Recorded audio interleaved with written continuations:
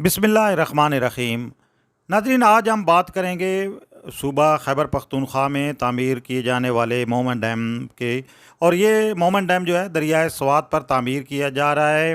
ये एक इंतहाई अहम डैम है इस लिहाज से कि पाकिस्तान में 60 की दहाई के बाद से तरबेला और मंगला डैमों के बाद मुल्क में कोई बड़ा आबी ज़ख़ीरा तामीर नहीं किया गया।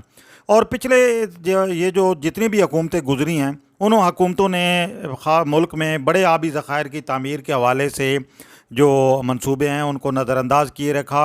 और इस सिलसिले में हर हुकूमत जो है वो ऐलानात तो करती रही, लेकिन अमली पेशरफ्त हमें कहीं नज़र नहीं आई।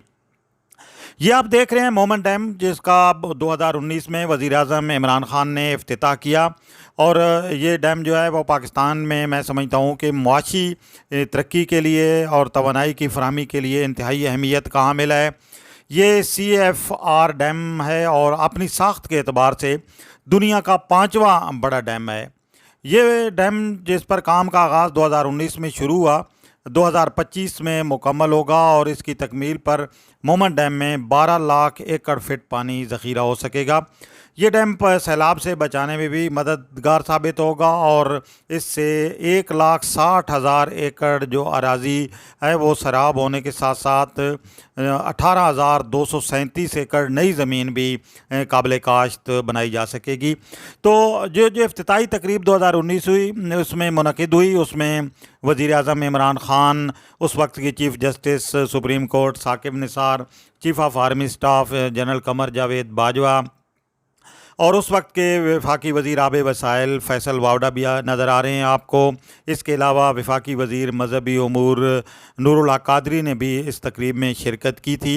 मोहम्मद डैम मैं समझता हूँ कि इस लिहाज से भी बहुत अहमियत का हामिल है कि मोहम्मद डैम से जो बिजली की पैदावार होगी वो तकरीबन 800 मेगावाट होगी और नेशनल ग्रिड को हर साल 2 अरब 86 करोड़ यूनिट माहौल दोस्त और कम लागत जो है वो पन बिजली मुहैया करेगा। ये मंसूबा इस लिहाज से भी बहुत अहम है क्योंकि इससे पेशावर और नौशहरा के जो अवाम हैं उनके लिए पीने का पानी का जो मसला है वो भी हल होगा।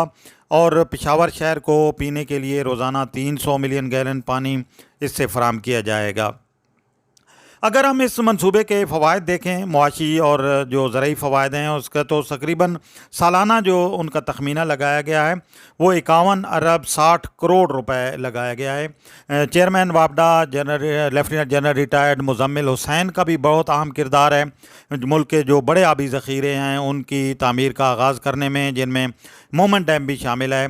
आज वापडा ने एक और संग मील अबूर किया है और वापडा ने मोहम्मद डैम की जो डाइवर्शन टनल नंबर 2 है उसके 2 हिस्सों को नहायत कामयाबी के साथ आपस में मिलाया है।